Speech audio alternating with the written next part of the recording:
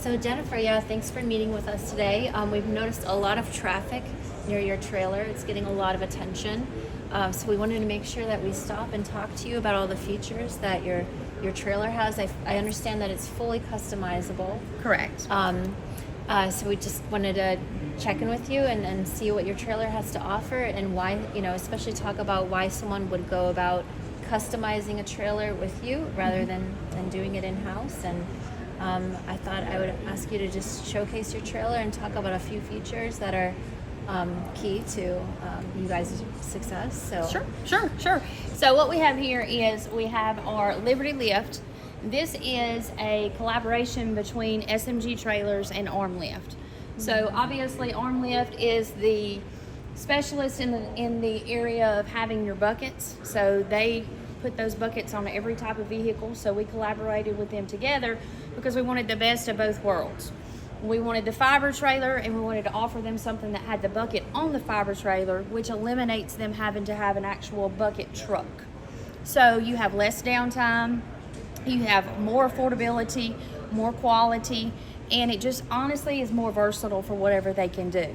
So as you'll see on there, the lift itself is operated from back here. It is a hydraulic lift, so you can operate it from back here. You can operate it also via remote. So they can be a one-man shop in this actual trailer. So you don't have to have one person doing this, one person doing that, because you have an actual emergency switch up there in the bucket, so if something should happen to it, it's going to lower you down. So you could be a one-man shop in here if you needed to. Okay. So it works out very well.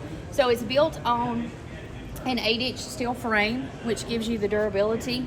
You also have your stabilizers here, and you have your stabilizers under there, which allows you to work in any type of terrain. So we have people that are working in mountainous areas or rural Texas, places that are not going to be your normal suburban areas where you're just on a flat surface. So this allows them to take this trailer anywhere they need to. So the other thing about it again is to the downtime.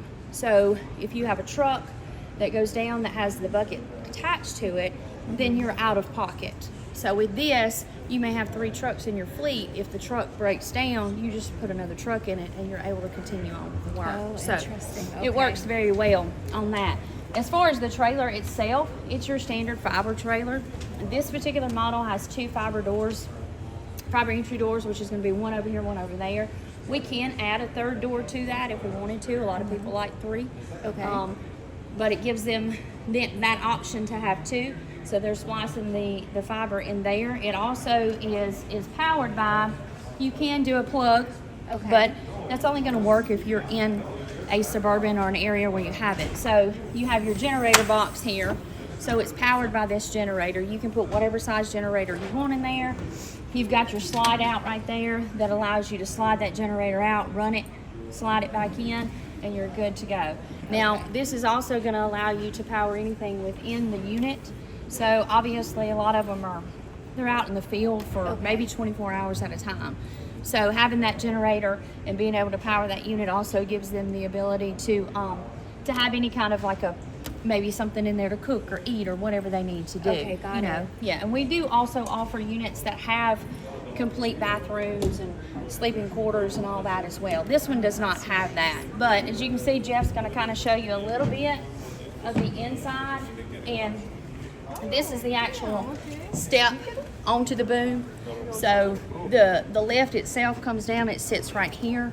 It actually anchors on that part right there. The bucket sits right here. You step into the bucket, it's a slide open door, and then you lift the bucket from there. And then I'll let Jeff kind of give you a little bit of information about the inside. So what's nice about the vehicle, the trailer, is a couple things. Like Jennifer had mentioned, you got 2 fiber access doors, right? It's important that on your fiber access door you have your brushes, so when you bring your cable in, they're stabilized, right? And when you bring them in, we're gonna probably have something to clamp down the fiber cabling. Here's the other one over here on the right side of the vehicle. You can see. These come up like this. This one opens up. You can see this one's got the brushings on it as well. And like Jennifer had said, you can add another fiber access door if you want. They're all customizable, right? Another good benefit, you have nice counter space on both sides, right? This counter actually folds down right here. You got good storage. you can see. Got nice storage up here. And that's your directional. Mm-hmm. box Your directionals right here. Directional arrows. That right there. Forward and back. Mm-hmm. So one of the benefits of the fiber trailer is this. It comes with 15 kBTU, right? Correct. So a lot of customers do this. They're like, well, we want to add an extra fiber access door, right? We want one. You can put one in the rear here, right? Or you want to add, you don't like the size of the window. Maybe you want a bigger window. Some of the common ads are they want to have a TV on the wall, right? A 32-inch TV. So they're working on a fiber project. You got your fiber network diagram, right? You put their laptop here, you hook it up to the monitor, right? These are some of the common ads that customers request. Another thing is manhole. We put an access door in the floor for them so they can go right over manholes, handholds. That way they stay out of the weather. You know what I mean? There's a lot of benefits to the trailer. They all come with a CO2 detector, a fire extinguisher. So let's compare this versus a truck, a bucket truck, right? So in a bucket truck, if it goes down or there's problems, right? They've been working a long day.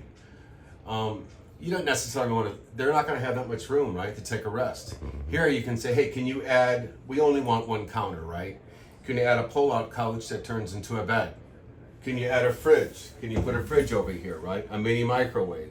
These are some of the common ads that customers request from us. Things to consider when you're getting a fiber optic splice trailer. A lot of your splicing guys are out in the field. You know, they're working shifts, 12, 16, 20, 24 hours a day, and they're turning a lot of people and they're burning a lot of fiber. So it's really important. They can do two things now. Not only can they can work inside the vehicle and splice their fiber and fuse it, they can also do aerial now, right? You get the best of both worlds for half the price. So anyways, these are some of the key features of the trailer we wanted to mention today. When pulling the trailer, I just have a quick question. When pulling the trailer, does it require a special truck? Do you need a...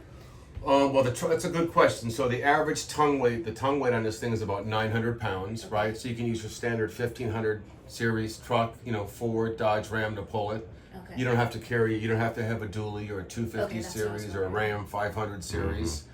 Really beneficial. Average lead time, is probably about two to 3 months, depending on the workflow, you know, we got coming out of the plant.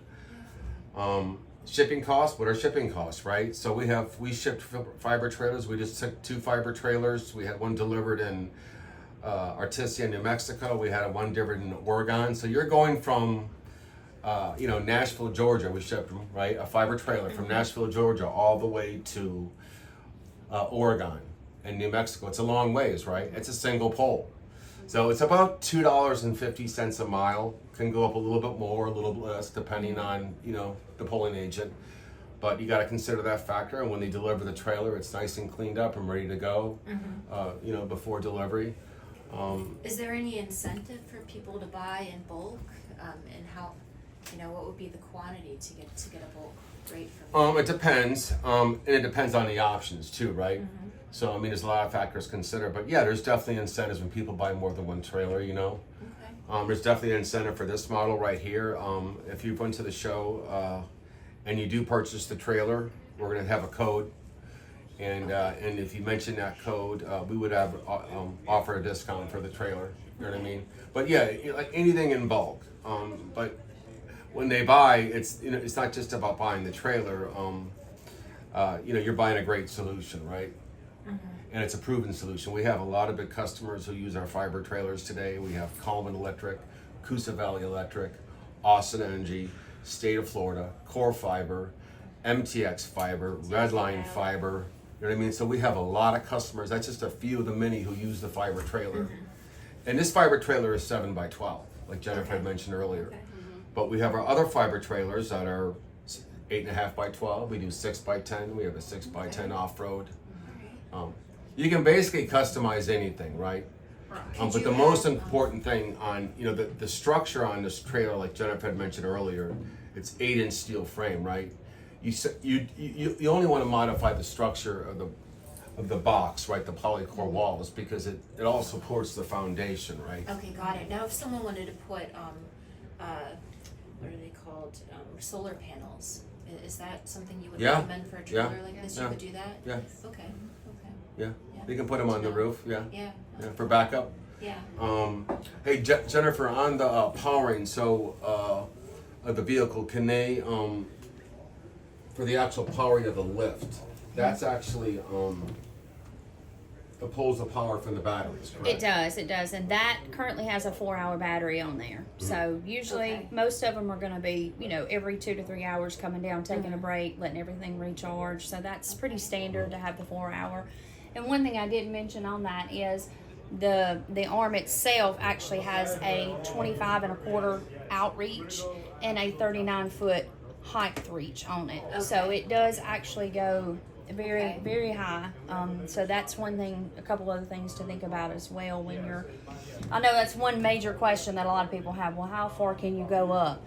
So 39 feet, the bucket itself, 39 feet. So if you put a 6 foot tall person in there, you could reach over the 40 limit if you needed to. So. Yeah, but you gotta remember, we're already 10, this is 10 feet up, right? So you're really getting high up in the air. Yeah. Right. Yeah. So then the generator, Jennifer, puts power back in the batteries. Absolutely. Recharges the batteries, so, Absolutely. yeah, okay. Absolutely. Yep. Correct. Yep. If you're not in a situation where you can actually plug in, so Okay. so you got 2 different sources there. So how long could you stay remote at a location and keep this unit warm and powered? I mean, with the right amount of fuel, as long as you wanted to. Okay. I mean, as long as you're in a capacity, if you have a truck, obviously you can put as much fuel back there to keep that generator going. If you had to go off of a generator source, you could be days. And there are times where there are things that jobs that are going on that they may have a 3 or 4 day job and they're doing a 24/7 or 24-hour team, so it is consistently running on that. So and So a you lot can of actually plug the power, you can actually run a power cord into an outlet to power the lift. to power the vehicle itself, which will power the battery and charging all right, and good. all of that too as well. Yeah. So you got the comforts of a nice 15K BTU AC and heat, right? Yeah. And there are other options if they're in extreme cold areas. Sometimes they have to have a little bit of additional heat. Okay. We can add a mini split, which would put a little bit of a bigger unit in there. That's typically the only time we upgrade that. That usually is very user friendly for what they need. North Dakota, South Dakota, obviously, where you're talking very, very cold temperatures, sometimes we have to offer that, and we do for an additional cost. You can upgrade to that on there, but that's not always the need of it. But as you can see in here, also we have a fiber splicing bridge on here. So what that allows them to do is, in a situation where you can have, you've got someone splicing there, you have someone splicing over here, and then you have this, which is movable. So you can move that up and down as needed. So that's also very versatile. If you wanted to put a 3rd door in there, we would recommend that you put it here. Okay. Not necessarily. I don't necessarily see the need in it, but we've had a couple people that said they would like to have a 3rd on there, which is fine depending on what they're splicing. They may have larger declines and they're able to run them in this way and run them around. So you have that option there as far as customizing it. So Now, is this unit the standard size, or is this, the unit that you're showcasing at the show, is it the standard size unit that you sell? both, yes to both. This is the one we're showcasing, and I will say most of our fiber splicing, they go with the 7x12. Okay. We do have an 8.5x12. You're talking 18 inches different, so it's not that much difference. Some people prefer that, some people don't, but generally most of ours go for the 7x12 just because of that price point on it, and its functionality is just as well as an 8.5. It's not needed to correct, be anything correct, like that. absolutely, yeah. Okay. All right. Well, is there anything else that we can let our attendees know about? No. So the one thing I want to mention is the walls. It's polycore walls, right? Okay. See, the construction, that's really important. So a lot of people build a shell trailer. What I mean is they have a composite, like a shell. It's fiberglass, right? Right. So the problem with that is when you're out in rural areas, you're not just going to be on the nice, pretty solid concrete all the time, right? Right. So that frame, on a fiberglass shell frame, it will start to bend. So you're out there, right? You're moving around. There's tension on There's the tension structure. on it, right? So you got to remember, and there's a nice insulation barrier in here, right? Correct. If you want to add externalization, you can get that, like she had mentioned, right? Um, So you're in extreme cold, like she had mentioned, add another 15K BTU. Put a couple Yeah. of heat strips in there. Right. What would you say is the longevity of a trailer like this? How long would it I mean, I had people I've done, you know, you're looking at trailer probably 20 years. Okay. I mean, it depends. It depends the use. If you're out here, everything. I mean, they're built to last a long time. You know what I mean? Yeah. Yeah, I a lot mean- of that depends too on the contractors. You know, obviously contractors are not always the best with the uses of equipment. So, you know, but if it's taken care of, we have some that have been out in the field for 10 plus years. So yeah. MTX Group bought a trailer from us, right? They're down in Miami, Florida, and so they bought the trailer from me that afternoon. He goes, "Oh, we're taking it out, Jeff." I'm like, "Okay, we're taking it out to Boca Raton. We got to do a splice out there." I said, "Well, I'll come out there that afternoon and take a look, check it out, right?" And like she just mentioned, when I came in there, it looked like it had been used for 10 years. Correct. There was mud everywhere. Oh, right. I mean, there was Yeah. equipment, tools thrown. So I mean, they're meant to do one thing. They're in the comforts of a nice environment, out of the elements, and they're splicing their fiber. And those guys work a lot of hours. Okay. That's the main thing. Is they're in a comfortable environment, a solid quality environment, so they can do their job. And with something like the arm lift, is there any annual maintenance that needs to be done in terms of calibration or? Not any, and that would be something honestly that Dustin with arm lift, when you Okay. speak with him, can go Yeah. a little bit more into detail on that. But Okay.